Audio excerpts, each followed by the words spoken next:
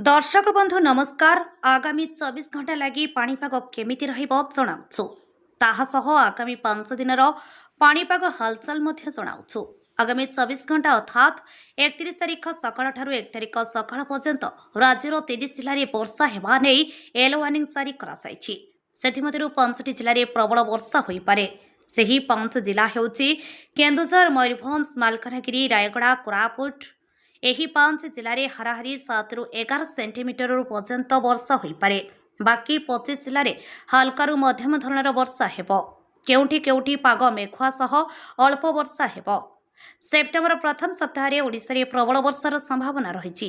1ରୁ 10 ତାରିଖ ଯାଏ ପଶ୍ଚିମ ଓଡ଼ିଶା ସହ ଉତ୍ତର ଓଡ଼ିଶା, ଦକ୍ଷିଣ ଓଡ଼ିଶାରେ ଅଧିକ ବର୍ଷାର ସମ୍ଭାବନା ରହିଛି। ପଛକୁ ପଛ ଆସୁଛି ଲଘୁଚାପ ସୃଷ୍ଟି ହେବାକୁ ଯାଉଛି ଆଉ 2ଟି ନୂତନ ଲଘୁଚାପ କ୍ଷେତ୍ର। गोटे सेप्टेम्बर प्रथम सप्ताह आउ गोटे द्वितीय सप्ताह लघुचाप सृष्टि हेले सेप्टेम्बर बढ़िबो वर्षार प्रकोप। पाणीपाग विभागर पूर्वानुमान अनुसार सेप्टेम्बर 3 रे उत्तर बंगोपसागर रे सृष्टि हेबाकु जाउछि लघुचाप। तापरे सेप्टेम्बर 10 किंबा 11 रे उत्तर पश्चिम बंगोपसागर रे सृष्टि हेबाकु जाउछि आउ एक लघुचाप।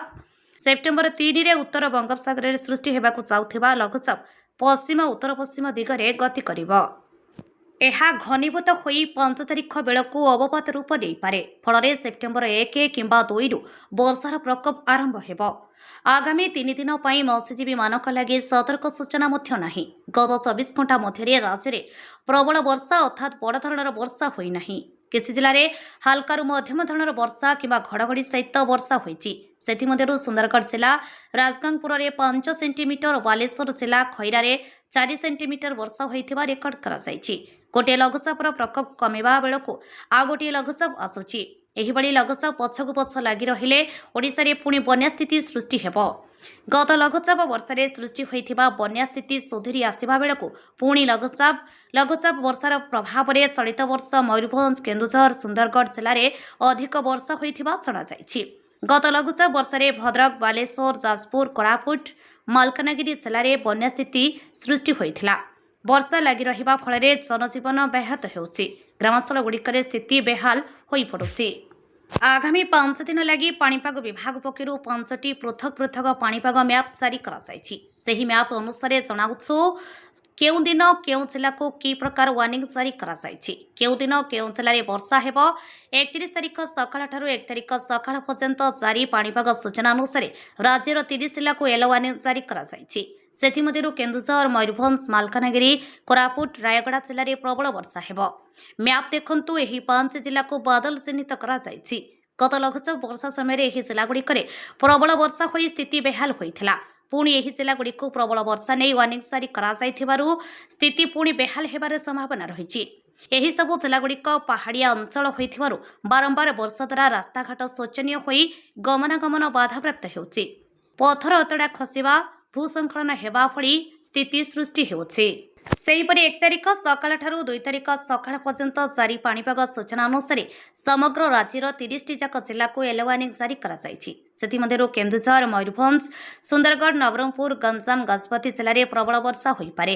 बाकी 24 जिल्ला रे हल्कारू मध्यम धरणर वर्षा हेबो किंबा पाग मेघुआ सह अति अल्प वर्षा हेबो। केन्दुझर, मयूरभंज, सुंदरगढ़, नवरंगपुर, गंजाम, गजपति जिल्ला रे हाराहारी 7 सेंटीमीटर 11 सेंटीमीटर पर्यंत वर्षा होई पारे।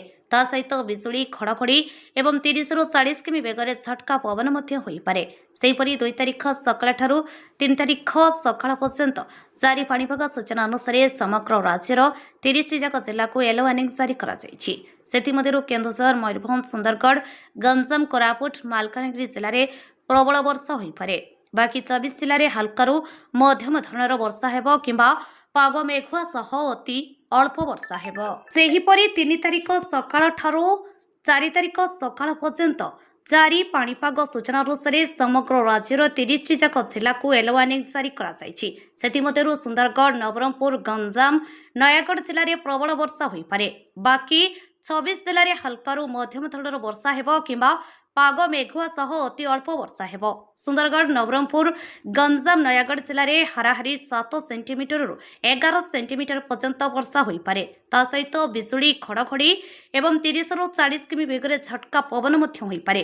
ଏହି ପାଣିପାଗ ତଥ୍ୟରୁ ସ୍ପଷ୍ଟ ଜଣାପଡ଼ୁଛି କେନ୍ଦୁଝର, ମୟୂରଭଞ୍ଜ, ସୁନ୍ଦରଗଡ଼, କୋରାପୁଟ, ମାଲକାନଗିରି ପ୍ରଭୃତି ଜିଲ୍ଲାରେ ଅଧିକାଂଶ ଦିନ ପ୍ରବଳ ବର୍ଷାର ସମ୍ଭାବନା ଅଛି। ବର୍ତ୍ତମାନ ପର୍ଯ୍ୟନ୍ତ କୌଣସି ଜିଲ୍ଲାକୁ ଅରେଞ୍ଜ କିମ୍ବା ରେଡ୍ ୱାର୍ଣ୍ଣିଂ ଜାରି ହୋଇନଥିବାରୁ ଅତି ପ୍ରବଳ ବର୍ଷାର ସମ୍ଭାବନା ନାହିଁ। ଆଗକୁ ଲଘୁଚାପ ଆସୁଥିବାରୁ ସେତେବେଳକୁ ଅରେଞ୍ଜ, ରେଡ୍ ୱାର୍ଣ୍ଣିଂ ଜାରି ହୋଇପାରେ। ଏହା ଥିଲା ଆଜିର ପାଣିପାଗ ଅପଡେଟ୍।